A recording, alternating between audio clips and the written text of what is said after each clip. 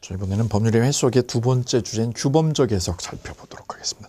자연적 해석은요, 두 사람의 진위가 딱 맞아 떨어지면, 즉 진위가 서로 공통이라는 거죠.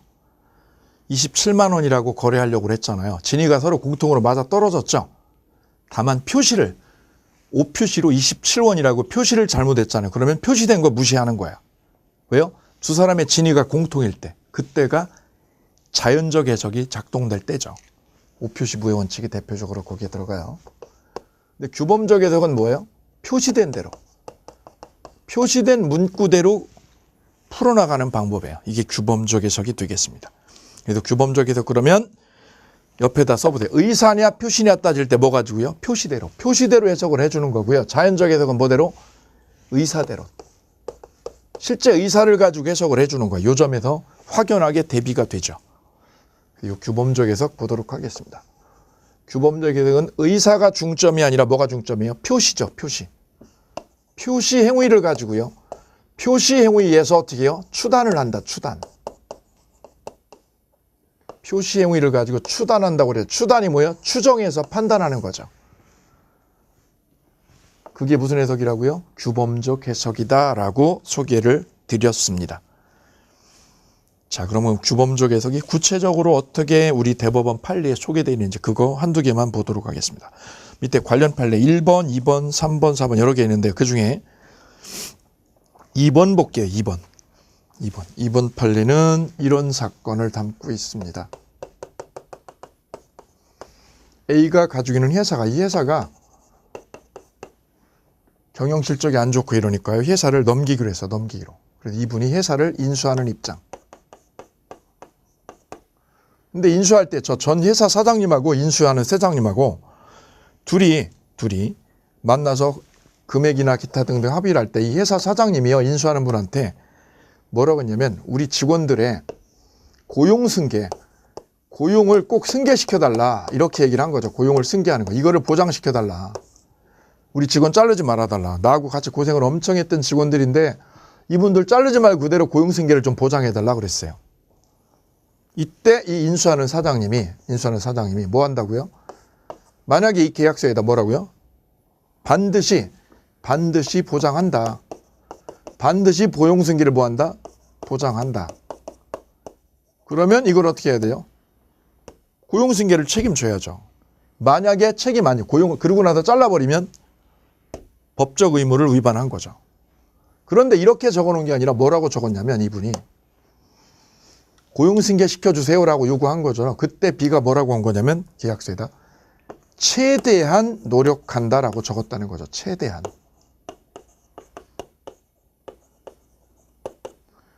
여기서 최대한 노력한다. 이게 무슨 뜻이냐 이거야. 무슨 뜻이냐.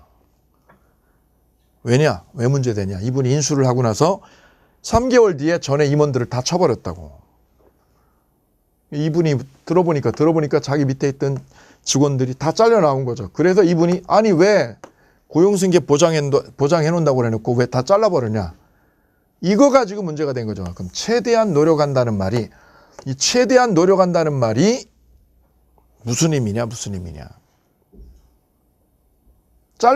하나도 안 자른다는 거냐. 그게 아니라 최대한 노력한다는 뜻은 여건이 되면 승계를 하고 여건이 안 되면 승계 못하겠다 이거죠. 따라서 이 최대한 노력한다는 이 뜻은 법적으로 꼭 책임진다 이런 뜻이 아니라는 거예요. 승계를 안 할 수도 있다는 거죠. 여건이 되면. 그래서 최대한의 의미는 법적으로 고용승계 의무를 부담하느냐, 법적인 고용승계 의무 부담하느냐라고 물었을 때 그거 아니라는 거지.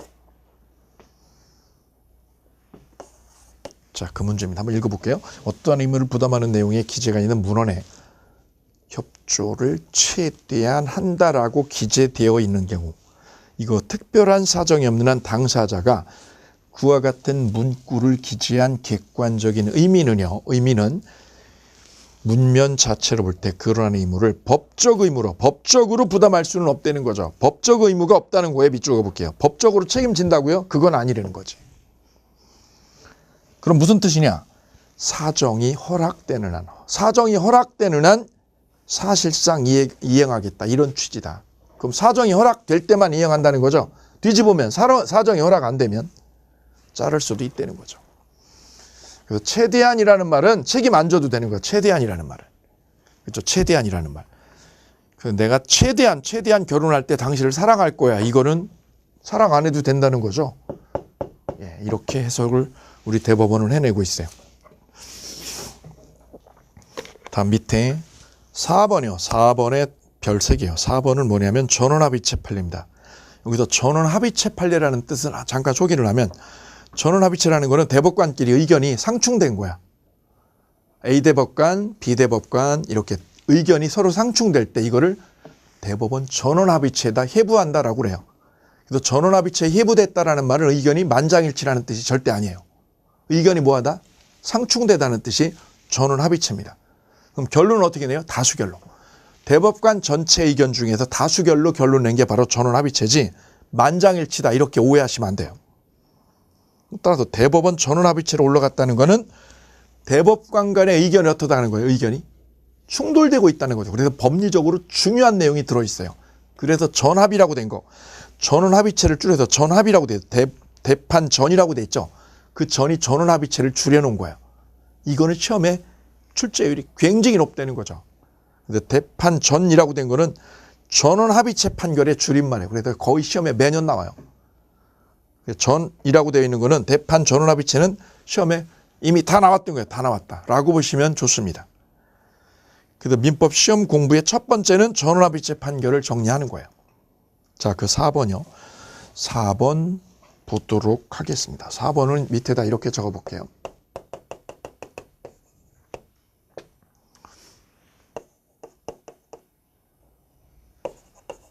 여기 남편 있고 처 있잖아요. 그죠?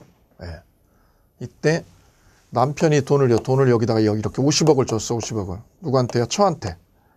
처한테 50억을 주면서 뭐라고요? 예금이요. 예금 가서 예금 통장 하나 개설하라고요. 그때 처가 남편이 준 돈을 가지고 어디 가서 은행을 방문을 했어요. 이때 은행 측에서는 이 처는 백수인 거 알고요. 예, 이분이 사업가라는 거. 이분이 사업가라서 이 돈 준 거는 누구 돈이라는 거. 남편 돈이라는 거를 은행은 어떻게 해요? 다 알고 있어. 다 알고 있었어. 주거래은행. 이분 사업처 주거래은행이 여기라서 이번에 큰 건 하나 해가지고 돈 수익이 생겨가지고 이 돈을 누구한테요? 처한테 이렇게 맡긴 거죠. 그래서 처한테 돈을 주면서 뭐라고요? 은행 가서 예금 하나 개설하라고. 그래서 은행은 돈은 누구 돈인 거, 남편 돈인 거를 은행은 다 알고 있었어요. 문제는 다 알고 있었어. 알고 있었다. 누구 돈이라는 거? 남편 돈이라는 거를. 근데 이 처가 와서 은행 명의 개설할 때는 누구 명의로? 처, 자기를. 자기 명의로 통장을 개설한 거죠. 명의를. 통장 명의를.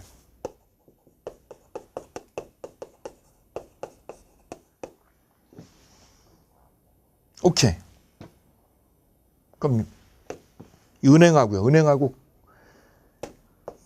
돈 거래가 이루어진 거잖아. 50억이죠. 그러면 이 통장 개설이 됐을 때 예금 계약, 이 예금 거래 계약의 당사자는 누구로 보아야 될 거냐 이 문제가 생기죠.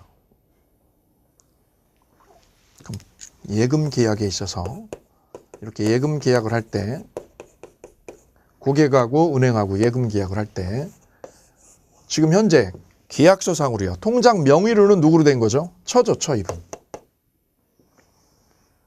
실제 돈을 낸 거는 남편이고.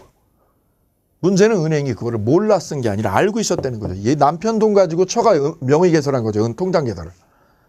그럼 이 돈 출금할 권한은 누구한테 있냐 이거죠. 돈 출금해서 빼갈 권한이. 자, 우리 대법원은 은행이 알고 있었다고 그래야 돼요. 이걸 알고 있었다고 그래도 예금 계약은 누구랑 된 거냐? 명의자로 된 거다. 명의자. 명의자인 누구요? 처하고 예금 통장 개설이 된 거지. 출연자, 돈을 댄 사람을 우리는 출연자라고 부르죠. 출연한 사람. 출연자인 남편하고 거래를 한 게 아니라는 거죠. 따라서 예금 계약의 당사자가 되는 거는 누구냐? 계약서에 통장 명의로 개설이 된 사람 누구? 처로 된다. 명의자로 된다. 명의자. 그래서 예금 계약의 당사자, 이 예금 계약에 있어서의 당사자는 누구냐라고 물어보면 누구로요? 명의자가 되는 거다라는 거죠. 근데 우리 대법원이 종전에는요. 종전 우리 대법원 전원합의체, 종전 전원합의체에서는 뭐라고 했느냐면 은행이 이걸 알고 있었잖아요. 알고 있었으면은 출연자, 이 사람하고 거래한 걸로 봤어요. 출연자인 누구? 남편하고 예금 계약한 거다라고. 근데 이거를 우리 대법원이 바뀌어버린 거야. 바뀌었어요. 지금은 알고 있었어도, 은행이 알고 있었다. 돈, 이 남편 돈이라는 걸 알고 있었어도 계약은 누구랑? 명의자랑 한 거예요. 명의자. 종전에는 누구였어요? 출연자였다. 출연자. 따라서 지금은 이렇게 나오면 이게 틀리는 거죠. 따라서 예금 계약이죠. 여기다. 예금 계약에 있어서 당사자는 돈 대준 사람이에요. 명의자예요. 명의자가 당사자로 되는 거예요. 우리는 어떤 거래할 때 누군가 돈을 대준다 그러면 누가요? 명의자가 좋은 거예요. 명의자. 명의자가. 왜? 이게 자기 거가 되니까. 자기 거가 되니까. 그럼 이건 무슨 해석을 한 거예요? 규범적 해석을 한 거죠. 규범적 해석. 표시된 거. 계약서. 예금 계약에 표시된 문구. 문구에 뭐 한 대로? 표시된 대로요. 표시된 대로 해석을 해낸 거죠. 대법원이. 그죠? 그래서 무슨 해석? 규범적 해석을 우리 대법원이 따라준 거예요. 그래서 규범적 해석에 속하는 판례를 두 개를 한 거예요. 첫 번째는 뭐예요? 최대한 노력한다라는 뜻은 법적인 의무가 없는 거다. 두 번째, 예금계약입니다. 예금계약의 당사자는 누구로 보는 게 일반적이다? 명의자로 보는 게 일반적이다. 명의자로. 두 가지 규범적 해석을 들여다보고 가요. 그래서 2번하고 4번에 동그라미 하실게요. 동그라미. 4번은 우리 시험에 출제가 이미 된 적 있어요. 이미 한번 출제가 됐어요. 2번. 전원합의체 판례라는 거. 출연자가 아니라는 거. 이제 3번 남아있어요. 3번에 별 5개요. 3번은 우리 시험에 15번 이상 출제가 됐어요. 왜냐? 왜 3번이 그러면 자주 출제되느냐? 우리 실생활에서 아주 많이 쓰기 때문에 그래. 아주 많이 쓰기 때문에.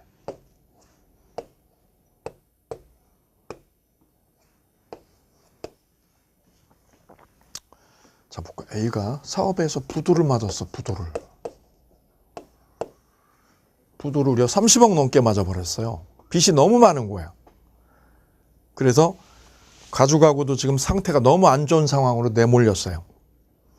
그랬더니 다행히 저 처갓집이 좀 사는 거죠. 처갓집이. 그래서 처갓집이 장인어른께서, 물론 장인어른이 사업할 때도 돈을 이렇게 밀어줬지만 그래도 자기 딸하고 같이 살으니까 저 사위한테 처갓집이 어떻게 한 거냐면 돈을 대준 거죠. 그래서 전세를 얻어주려고 그래. 전세를 얻어주려고 이명의로요. 전세를 이 천안명의로 하려고 그러면 이 천안명의로 전세를 얻게 되면 어떡하죠? 이 채권자들이요. 채권자들이 30억이나 지금 받을 돈이 있잖아요. 이분들이 어떻게 해요? 몰려 들어가지고 이걸 다 압류해가지고 뺏어가 버리죠. 그래서 이 장인어른께서 머리를 쓰는 거죠. 이 천안명의로 전세를 얻어주면 안 되는 거야. 그래서 어떻게 해요? 머리를 쓰는 거지. 누구로? 딴 사람 명의로. 장인 명의로. 이렇게 전세 계약을 하는 거예요. 전세 계약을. 명의는 장인이고요. 그죠? 네. 자, 이때 만약에 처남이 이 사위, 죄송합니다. 여기가 이 장인 입장에서는 여기가 사위죠. 여기가 사위가 되겠죠. 사위 앞으로 하면 돈을 뜯기니까 누구 앞으로? 처남을요. 이렇게 처남을 하나 이렇게 내세우는 거죠. 처남을 내어서 처남 명의로 전세 계약을 하게 하는 거예요. 이쪽으로 돼 있어야 이 채권자들이 여기다 압류를 치고 못 들어오니까 이렇게. 그래서 장인이 사위 앞으로 돈을 대주는 거죠. 돈을 대주는데 이 명의로 하는 게 아니죠. 이 명의로 하지 않고 누구 명의로? 처남 명의로 전세를 하는 겁니다. 이렇게. 그래서 이 집주인하고 전세 계약서를 씁니다. 누구 명의로? 처남 명의로.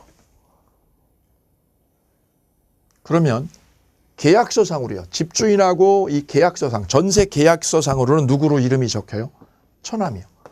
처남이 명의자로 되는 거지. 이렇게 명의자로. 그죠? 근데 실제 사는 건 누가 살아요? 사위가 이 집에 들어와 살아. 사위가 들어와 살아요. 사위가. 거주는 얘가 해. 거주는.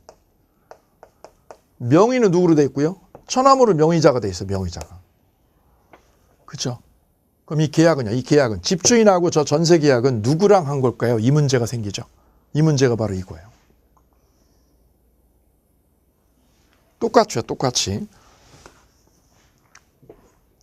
제 집사람도 잘 아는 동생 하나가 이렇게요. 사업을 하다가 어려워졌어요. 중국으로 이렇게 피신을 했다가 빚이 좀 어느 정도 정리가 되니까 귀국을 했어요. 돈이 너무 없고 이러니까 그 종잣돈을 집사람이 이렇게 대줬어, 종잣돈을. 그리고 이제 큰 상가를 하나 이렇게 전세를 얻게 되었거든요. 그때 저도 같이 거기를 따라갔거든요. 그랬더니 볼까요? 똑같은 구조가 이렇게 실제 생활에서 가까이서 이루어지는 걸 제가 봤어요. 돈은 제 처가 돈을 대줘요. 누구한테요? 자기 후배한테, 이 후배한테 돈을 대주는 거죠. 돈을 대준 건 제 처예요. 이렇게 1억을. 근데 명의를 누구 명의로? 이 후배. 부도 맞은 이 명의자. 부도 맞은 이 명의자로 하면 안 되는 거잖아. 이렇게 하면 안 되잖아. 그죠? 그래서 돈은 여기서 대주고 명의는 누구 명의로? 이 후배로 하지 않는 거죠. 이 사람 앞으로 하면 안 되는 거야. 중간에 다른 사람을 하나 이렇게 넣는 거죠. 다른 사람을 하나 넣습니다. 다른 사람을. 이렇게. 이 사람 앞으로 명의를 내세워요. 이 사람 앞으로 명의를 해가지고 상가를 이렇게 운영을 해요. 그러면 계약서상으로요. 전세 계약서상으로는 명의자인 A하고 계약서가 이렇게 돼 있죠. AB로. 근데 실제 운영은 누구예요? 실제 운영은 이분이에요. 이분이 상가 운영을 해요. 월세도 이분이 매달 내 여기한테, 집주인한테. 그죠? 실제 운영자. 실제 뭐 하는 사람? 운영하는 사람하고, 운영하는 사람은 C하고 이렇게 B가 되는 거죠. 여기가 C가 세입자, 여기가 주인. 그러면 이 돈. 전세금 만약 1억 낸 거 있죠. 1억은. 계약 끝날 때 누구한테 집주인은 빼줘야 되느냐. 이 문제가 남죠. 이 돈을 집주인은 누구한테 빼주느냐, 1억을. 이게 우리 실생활에서는 많이 문제가 된 적이 있어요. 이 문제를 우리는 당사자 결정 문제라고 그래요. 당사자를, 이 계약의 당사자, 전세 계약의 당사자 결정을 어떻게 할 거냐, 이 문제입니다. 어떻게 할 거냐. 특히 이분이 부도 맞았을 때 이런 일이 많아요. 이분 명의로 할 수 없잖아요. 이분 명의로. 이분을 명의자로 안 하고 딴 사람 명의로 하자, 이렇게요. 이렇게. 빚이 많기 때문에. 이분이 빚이 많아가지고 이 명의로 하면 안 되니까 이런 사정이 생기면 이렇게 명의를 딴 사람으로 걸어두는 거죠. 이렇게 가게를. 이게 많죠. 이렇게.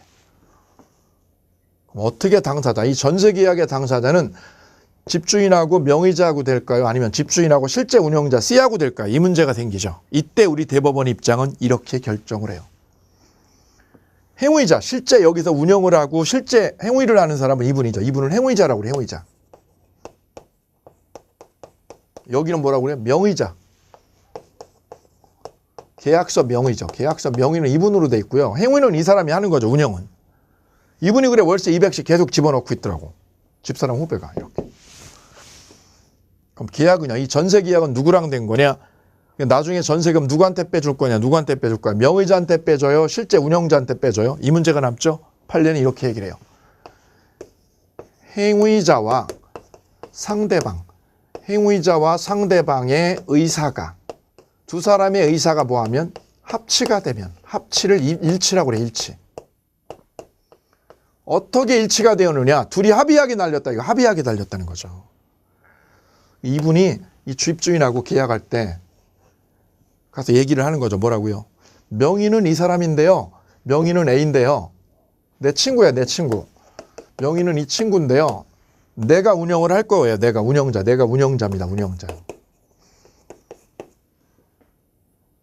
근데 왜 이 명의로 해요? 내가 좀 사정이 생겨서 이 명의로 하는 거예요.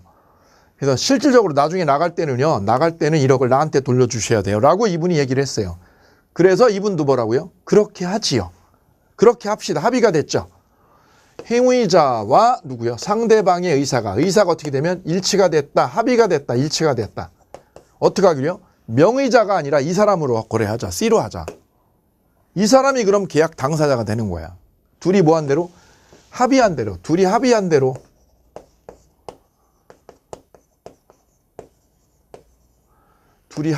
대로 당사자를 결정하면 되는 거예요. 이 사람으로 하는 거예요. 이 사람은 그럼 뭐야? 허수아비야. 그럼 거꾸로요. 거꾸로. 이분이 뭐라고요? 내가 아니라 누구예요? 명의자예요. 명의자로 합시다. 명의자로 합시다. 이 사람으로 합시다. 라고 얘기를 했어, 이분이. 이 사람이야, 이 사람. 내가 아니라 이 사람이야. 그랬더니 여기도 그럽시다. 그럼 명의자가 되는 거야. 즉 뭐에 따라 달라져요? 합의한 대로. 합의한 대로 결정하면 되는 거야. 합의한 대로. 그래서 이쪽이 될 수도 있고요. 이쪽이 될 수도 있어요. 어떻게 해요? 집주인하고 합의를 어떻게 이뤄내느냐. 이거에 의해서 결정이 되는 거예요. 이게 1번. 그런데요. 행위자와 상대방의 의사가 이렇게 딱 합치가 되면 좋은데요. 합치가 안 될 경우가 있어요. 불일치할 때 불일치. 불일치라는 말은 서로 의견이 다른 거죠. 자, 이분이 뭐라고 그러냐면 이분이 집주인한테 뭐라고요? 명의만 네 친구고요. 내 친구고요. 나중에 나갈 때는 나한테 줘야 돼. 이런 거 나한테 줘야 돼요. 그랬더니 집주인이 뭐라고 그래요? 알았어 그랬어. 알았어. 알았어 그래놓고 나중에 뭐라는 거예요? 나 몰라. 나 그런 얘기 기억 안 나. 나 얘한테 줄 거야. 얘한테 줄 거야. 얘는 내라는 거죠. 자기라는 거. 운영자가 나였고 얘는 명의만 빌려준 거고 나라는 거 그랬다. 나. 내가 당사자다. 내가. 이쪽 얘기는 나라는 거고 상대방은 뭐예요? 집주인 상대방은? 나는 몰라. 그런 소리 기억 안 나. 얘야 얘. 그럼 서로 의견이 다르죠. 의견이 이쪽 다르고 이쪽 다르죠. 이렇게 의견이 불일치하면 어떻게 하느냐면 상대방이죠. 상대방의 합리적인 시각에서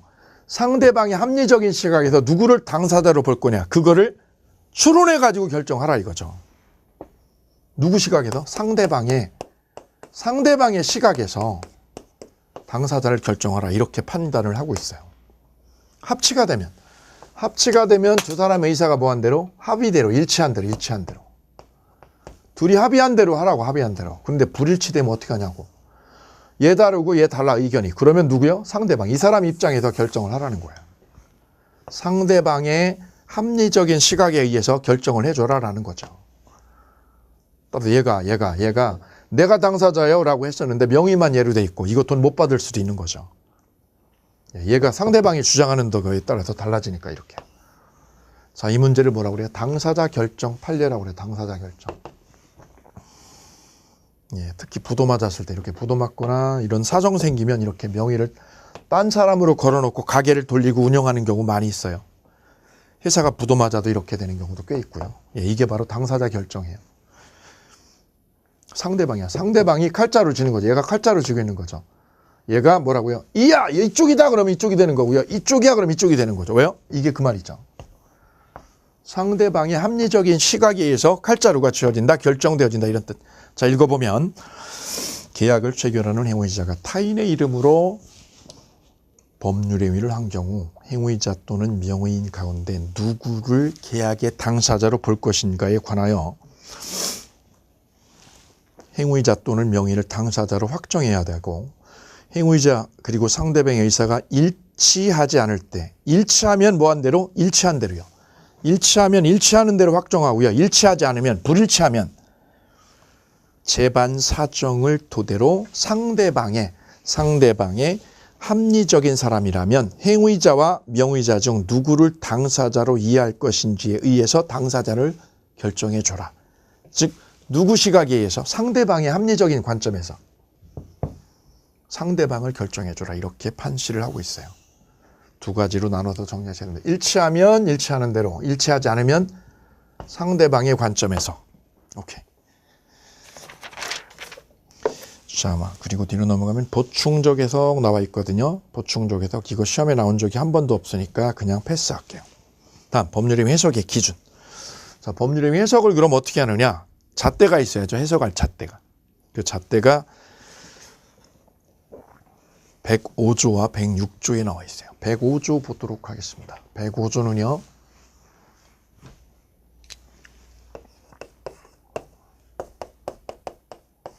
아까 제가 장모님한테 여쭤봤어요. 장모님 뭐 좋아하세요? 뭐 드실 거예요?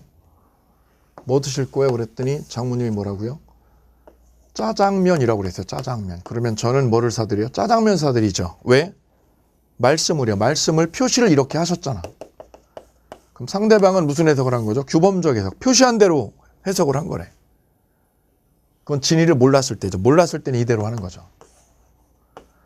근데 진위를 알았어요. 석 달 뒤에 알았어요. 꽃등심 좋아하는 거. 의사를 알았죠? 아, 장모님이 꽃등심을 좋아하는구나. 그러면 뭐대로? 의사대로 하는 거죠. 속마음, 내심적 의사다. 자연적 해석이죠. 그럼 법률행위 해석할 때 잣대가 뭐냐? 잣대가, 자 볼까요? 105조가 규정을 하는데요. 법률행위 당사자가 법령 중에 선량한 풍수 기타 사회질서에 관계없는 규정. 사회질서에 관계없는 규정은 사회질서하고 관련 없다는 거는 임의규정이라고 그래요. 임의규정. 사회질서하고 관련이 있으면 그거는 강행규정. 따라서 사회질서하고 관련 있냐 없냐로 나눠지는데 관련 없으면 임의규정, 관련 있으면 강행규정이라고 그래요. 근데 여기는 관계 없으니까 무슨 규정? 임의규정. 임의규정과 다르게 의사를 표시하면 그 의사대로 해석을 한다. 따라서 법률행위 해석의 첫 번째 잣대는 의사입니다. 의사. 의사가 뭐예요? 목적이라고 그래요. 추구하는 목적. 어떤 걸 추구하느냐 그 목적대로 하는 게 첫 번째입니다. 의사의 동그라미. 의사 밑에다 목적. 어떤 걸 목적으로 하느냐 의사를 가지고 있느냐 이거죠. 어떤 의사를 가지고 있느냐. 어떤 걸 추구하느냐 이거죠. 추구하는 목적. 근데 106조는요. 법령 중에 선량한 풍수 기타 사회질서에 관계없는 규정과 다른 관습이 있어. 다른 관습이. 이때 당사자 의사가 뭐 하지 않을 때 명확하지 않을 때 명확하지 않아요. 명확하지 않다는 말은 무슨 말? 불분명해요. 불분명. 그러면 그 관습에 의해서 해석을 해요. 그럼 이렇게 되는 거예요. 어떤 의사가 있고요. 그 다음에 관습이 있어. 의사 있고 그 다음에 뭐가 있어요? 관습이 있어요. 그럼 해석을 할 때는 관습이 먼저예요? 의사가 먼저예요? 의사가 1순위야. 이게 1순위. 그래, 관습보다 의사를 더 중요시하라는 거죠. 의사를. 그럼 관습이 작동할 때 관습에 의해서 해석이 되어질 때는 언제냐? 의사가 뭐 할 때요? 불분명하면. 저 의사가 뭐 할 때요? 불분명해. 불분명해. 그러면 의사를 알 수 없잖아요. 의사를 알 수 없으니까 도통 모르면 뭐대로? 관습대로 하는 거죠. 이게 2순위야. 위에가 105조, 여기가 106조, 107조 이렇게 되는 거죠. 105조, 106조입니다. 위에가 105조, 의사가 대로 하는 게 105조, 관습대로 하는 게 106조 이렇게 되는 거죠. 그래서 해석의 첫 번째는 의사예요. 두 번째는 관습입니다. 그럼 이걸 우리 실생활로 들여와 볼까요? 실생활로. 자, 직장에서 막 퇴근을 해가지고 집으로 막 들어가면서 골목길을 막 지나갈 때 집사람한테 전화가 왔어요. 그때 집사람이 뭐라고? 여보, 나 간식 좀 사다 줘. 간식. 야식 좀 사다 줘. 야식. 그러면 여자가 뭐라고 그래? 마지막에. 나 좋아하는 거 뭔지 알지? 그러죠. 알지. 예. 그러면 그 아는 거 사다 드리면 되죠. 아는 거. 그때 와이프가 늘 좋아하는 게 족발이었다 그러면 족발 사드리면 되는 거죠. 관습대로. 관습대로 족발 사가는 거예요. 왜요? 좋아하는 게 족발이었으니까. 그런데 와이프가 나 먹고 싶은 게 방금 전까지는 족발이었는데 여보. 방금 전까지는 족발이었는데 마음 바뀌었어. 뭘로 바뀌었어? 치킨으로 사와. 치킨으로. 의사가 있죠. 치킨으로. 관습보다 치킨이 먼저 의사가 먼저인 거예요. 그럼 관습에 의해서 족발을 사올 때는 언제? 족발을 사올 때는 관습이 의사가 뭐 할 때? 불분명할 때. 의사가 불분명할 때는 일로 오는 거죠. 관습대로 족발을 사들고 들어가는 거죠. 근데 여보 족발 사갈까? 그랬더니 와이프가 뭐라고요? 아니 싫어. 족발 싫어해. 오늘은 싫어. 뭘 먹을 거야? 치킨 먹을 거야. 그러면 의사대로. 와이프가 표시한 의사가 이거죠. 이거 사오라는 거지 이거. 그래도 치킨은 흔하기라도 해줘. 그죠? 근데 갑자기 뭐 사오라고요? 여보 딸기 사다 줘. 이러면 골 아픈 거지. 이게 내 의사가 딸기라는 거지. 딸기. 그나마 요즘은 그 마트에 딸기라도 있어요. 그죠? 예전에는 저거 골치 아팠죠. 임신하고 이러면. 자, 그래도 법률행위 해석할 때 1순위는 의사입니다. 의사를 목적이라고 그래요. 이게 불분명할 때 이게 작동해요. 관습이 작동해요. 관행이. 자, 그 두 가지를 꼭 기억을 해 두시기 바랍니다. 그래서 106조의 밑에 두 번째 조문 다시 볼게요. 당사자 의사가 명확하지 아니할 때. 명확하지 않을 때는 뭘로 해석을 해요? 관습대로요. 그럼 써볼게요. 명확하면, 명명백백하면 뭐대로? 의사대로 하는 거죠. 의사가 뭐예요?